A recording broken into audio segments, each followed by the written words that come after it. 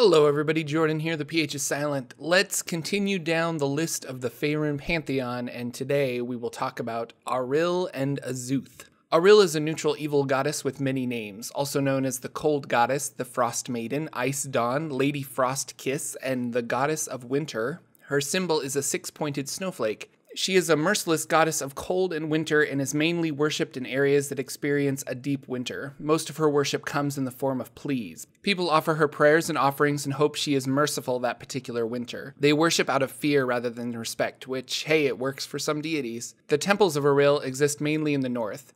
There is a large one in Luskan, for example, called the Winter Palace. It's a roofless area with large pillars in the center carved out of white stone. The forms of worship seem to revolve around suffering in the cold, wearing clothing covered in ice and marching from pillar to pillar in freezing temperatures, all while chanting prayers to the Frost Maiden. Frostbite and even death are not that uncommon during these ceremonies.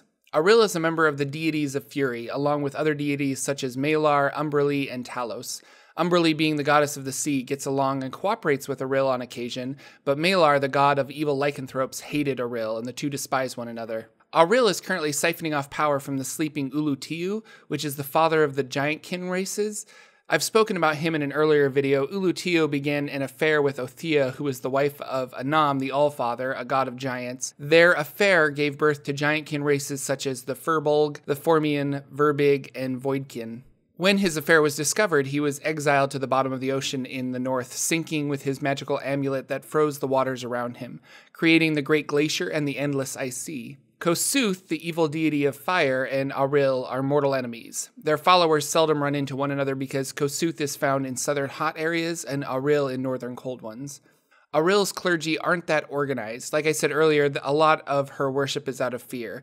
They try to appease the evil deities so they may have a light winter. However, she does have many secret temples along the spine of the world. The main goals of her devout followers is to intimidate others into worship, demanding donations to the church, which in turn can be offered to Auril. Sacrifices to Auril are not uncommon, especially in the north. Auril commands her faithful to blanket the land in snow and put a chill in every bone. If one wanted to know more about the services and rituals of the Church of Auril, they need only look in the Codicil of White, a magical book that contained all the information of faith in Auril. Wizards and sorcerers that follow Auril seek the book as well because it contains several pages on arcane magics favored by the goddess. Dragon Magazine 312 had some interesting spells related to a cleric of Auril, unique ice spells that could be fun for a villain or a player character in your future campaign. Azuth.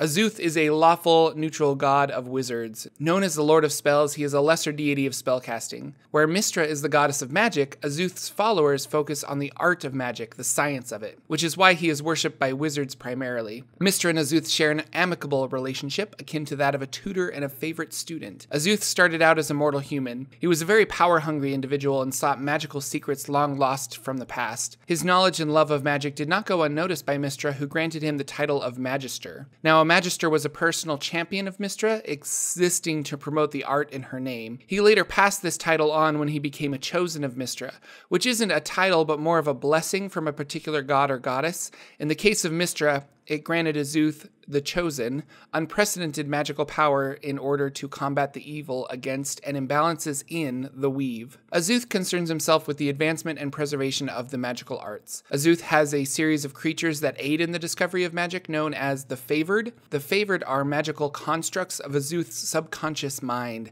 They further the development and channeling of the weave through written formulas and magical scientific achievements.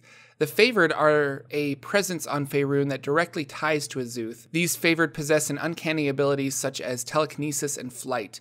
They deliver important messages to Azuth's followers and herald new developments in the magical sciences. Because Azuth seeks only the advancement of magical and scientific truths, his followers take a very neutral stance on matters of morality. His church has come under criticism by the more proactive cults of Mystra. It was after the Dawn Cataclysm that Azuth attempted to ascend to divinity by stealing a portion of the demigod Severus's power. The attempt failed and led to a series of battles between Azuth and Severus.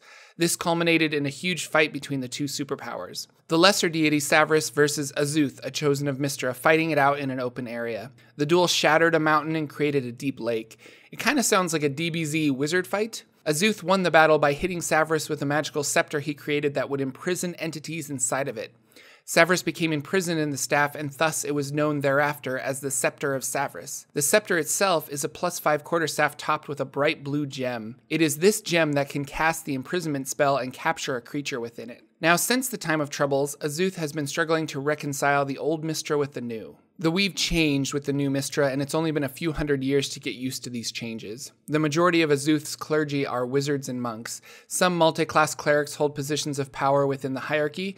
Kind of interesting though, you won't find a lot of pure clerics that worship Azuth. Almost everyone, as a result of worshipping Azuth, dip into levels of wizard. However, if you wanted to play a straight cleric of Azuth, I bet the Arcana domain from the Sword Coast Adventurers Guide would fit nicely. Finally, as I stated in my last video, during the Spell Plague, Azuth fell into the 9 hells when Dwemerheart was destroyed and was devoured by Asmodeus. The two inhabited the same body, with Asmodeus winning control for the most part. This gave Asmodeus the divine spark he needed to become a full-fledged deity, but Azuth was released during the Sundering when a deal was struck and Asmodeus was able to gain a divine spark without combating Azuth for control of their shared body. Azuth was restored to the Faerun Pantheon, much to the relief of his followers. And that's it for today. Man, I do like Azuth. I really like wizards, so a deity focused on just being a sweet wizard is kind of cool to me. I hope you, the internet, found this video informative. Consider giving it a like and a share. Likes help YouTube know which video should be seen, and shares help me out directly.